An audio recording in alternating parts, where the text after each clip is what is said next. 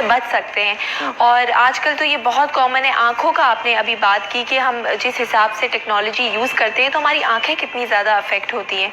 और न्यूरोपैथी जो पेन है, जो नर्वस सिस्टम हमारा नर्व्स का जो पेन है वो भी बहुत कॉमन है। इवन बच्चे शिकायत कर रहे होते हैं कि हमें दर्द हो रहा है, पाँव में दर्द हो रहा है, हाथों में दर्द हो रहा है। तो अच्छा डॉक्टर शबाना, अब आप आई हैं तो हम चाहेंगे हम इससे एक तो आपसे पूछें कि हम इन चीज़ों से कैसे बचें। दूसरा, अगर किसी को ये तकलीफ हो गई है तो क्या फिजियोथेरेपी हेल्प करती है, क्या ट्रीटमेंट क्या होना चाहिए? देखिए, इसमें मेजॉरिटी जो पेन होता है, जैसे अभी आपने कहा, ये इसको मैकेनिकल पेन कहते हैं, यानी वो पेन जो गलत बैठने से, गलत लेटने से, गलत चेयर का इस्तेमाल, गलत फर्नीचर का इस्तेमाल, उसकी वजह से होता है। इसमें सिंपली अगर हम अपने पोस्चर को करेक्ट कर लें, अपनी पोजीशन को करेक्ट कर लें, जैसे मैंने आपसे कहा कि मोबाइल फ़ोन है, लैपटॉप, हमने लेट के जो है कोई भी ना, तो लेटने का मतलब ये है कि बिस्तर हमें सिर्फ सोने के लिए इस्तेमाल करना है, और अगर हमने बैठना है तो नरम सोफे का इस्तेमाल ख़त्म कर दें। आपने हाई चेयर ले रखनी है।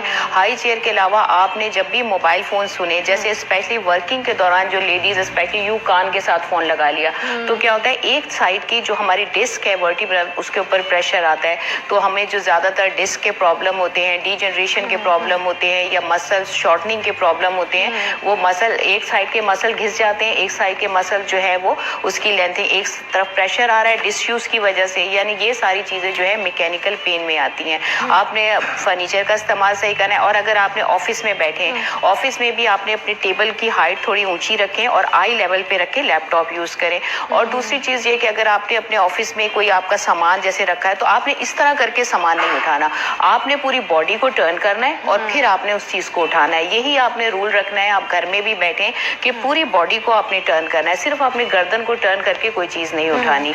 और दूसरा ये है कि जब भी कोई टीवी भी जो है वो आपने आई लेवल पे रखना है, और जब मोबाइल फ़ोन यूज़ करें बहुत देर तक तो तकिया रख लें, तकिया रख के इस तरह से मोबाइल फ़ोन यूज़ कर लें ऊंचा करने के लिए, नहीं तो टेबल की हाइट आप ऊंची कर लें। और दूसरा, जब भी आप कुर्सी के ऊपर बैठें तो आपने कभी भी पैर ऐसे नीचे अंदर की तरफ घुटने फोल्ड नहीं करने, आपने पैर जो है वो सामने, जब आप एक रूल बनाएं कुर्सी पे जब आप बैठें तो आपके पैर आपको नज़र आने चाहिए।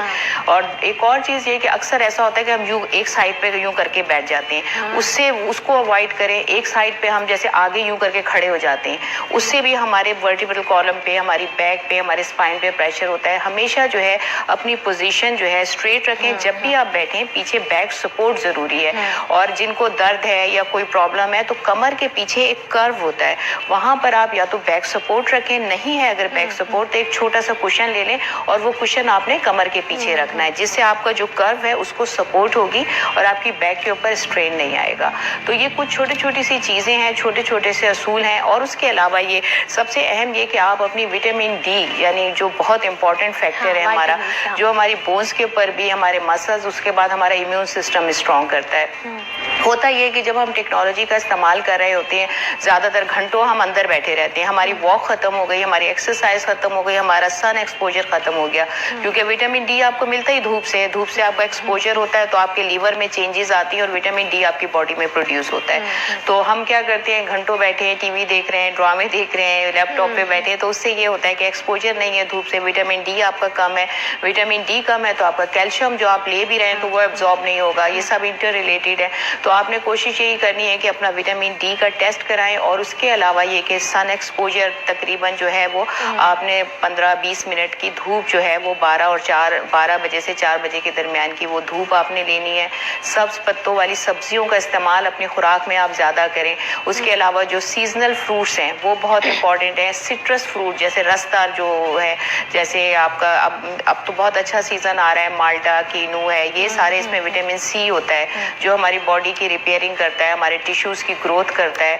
ये सारी चीज़ें आप इस्तेमाल करना शुरू करें। उसके अलावा ओमेगा 3 जो है उसका बहुत रोल है हमारे विटामिन डी के लिए भी, हमारी बॉडी के इम्यून सिस्टम, क्योंकि आजकल कोविड भी फैला हुआ है, डेंगू भी फैला हुआ है, ऑब्वियसली हमें अपना इम्यून सिस्टम को स्ट्रॉन्ग रखने की जो है उसको आपने ज़रूरत है। बहुत शुक्रिया डॉक्टर शबाना में तशरीफ लाई और बहुत